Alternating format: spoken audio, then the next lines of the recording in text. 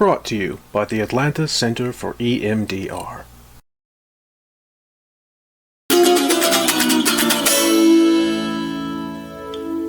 Your brain is miraculous.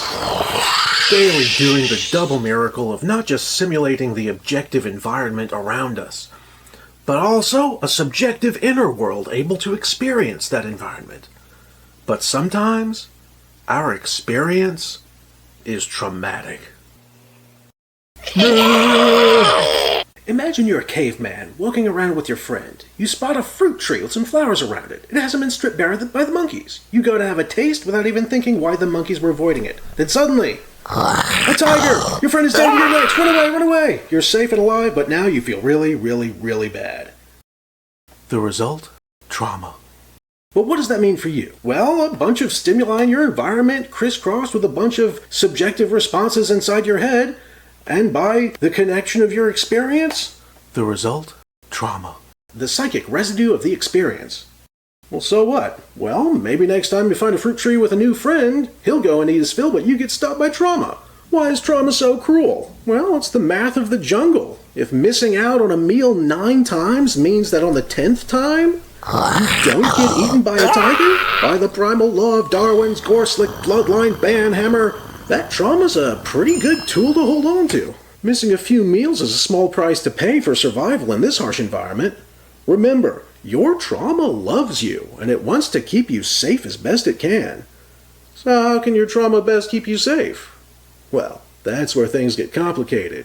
When you have a hammer, all your problems look like nails, and different parts of your brain have very different hammers. For instance, on the left, you have your analytical, linear, literal self. When he's confronted by a trauma, he'll process it by measuring it, quantifying, analyzing, making logical, objective sense of it. Meanwhile, on the right side, your artistic, nuanced, emotional self. When confronted with a trauma, it will self-reflect and see how it impacts them personally. It'll be able to see how different parts fit together as a whole. So what's the problem? Make them get to work. Well, the issue is brains are very energy costly, and running for too long will get them burned out and undo any good they do. At the same time, staying off for too long means you'll forget what you did and you'll lose your progress and have to start over. What's the solution? Walking.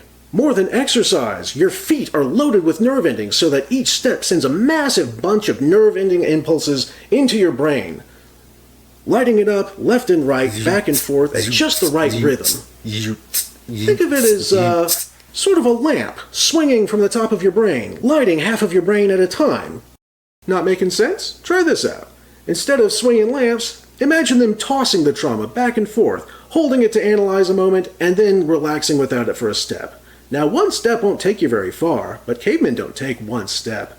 Cavemen walk for miles. Trauma processing machines. But that's not all. When a caveman sleeps, he's shut off and isolated from outside distractions, and rapid eye movements, where eyes turn from side to side, move a huge ball of mental energy from the left and right sides of the brain. It's much bigger than walking and a lot faster.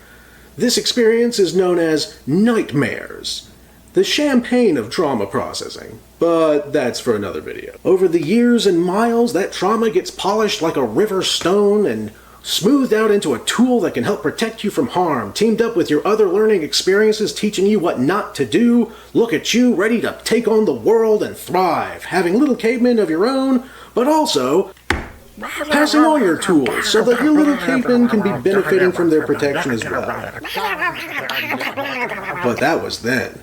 The modern world is not recognizable to our caveman ancestors. Our daily cycle of walking and sleeping is hugely thrown off by screen time and commutes. It may feel like we've outgrown our caveman ways, but we're still overwhelmed. Politics, money, and the news has our left hemisphere completely dominated. Meanwhile, existential dread, social media, and modern dating have the right so occupied that the two halves rarely speak to each other. This means that in the real world, what traumas we have interfere with our lives more than our caveman ancestors had to. One part of us will look at a memory and say, wow, good thing I avoided getting hurt. That was really close, good for me. While another part looks at the exact same memory and says, why the heck did I do that? Oh God, I'm so cringe. Talk therapy is helpful, but it has its limitations. While useful for analyzing specific issues, it ultimately turns one's focus outward, forcing the two halves to compete with each other rather than cooperate. This may foster resentment, which drives them even further apart.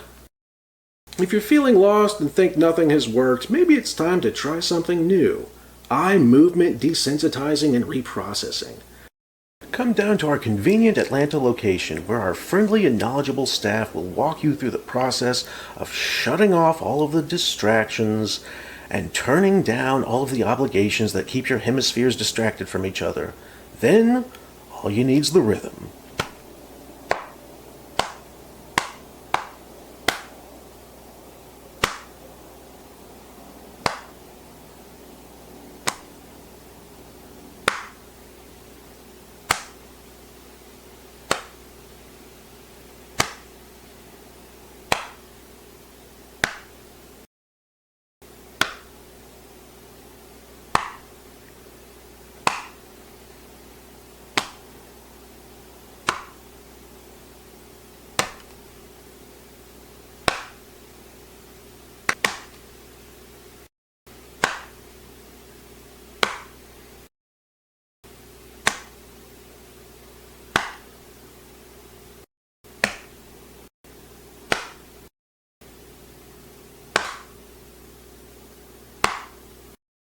Come to think of it, that really hurt.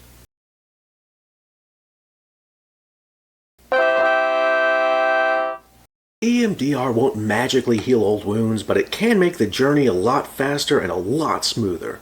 Don't you owe it to yourself to get the most efficiency out of your trauma processing? Don't live to serve your trauma. Help your trauma serve you.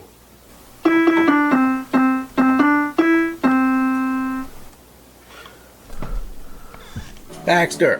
Baxter, you're in the shot! Baxter, go away! Yeah!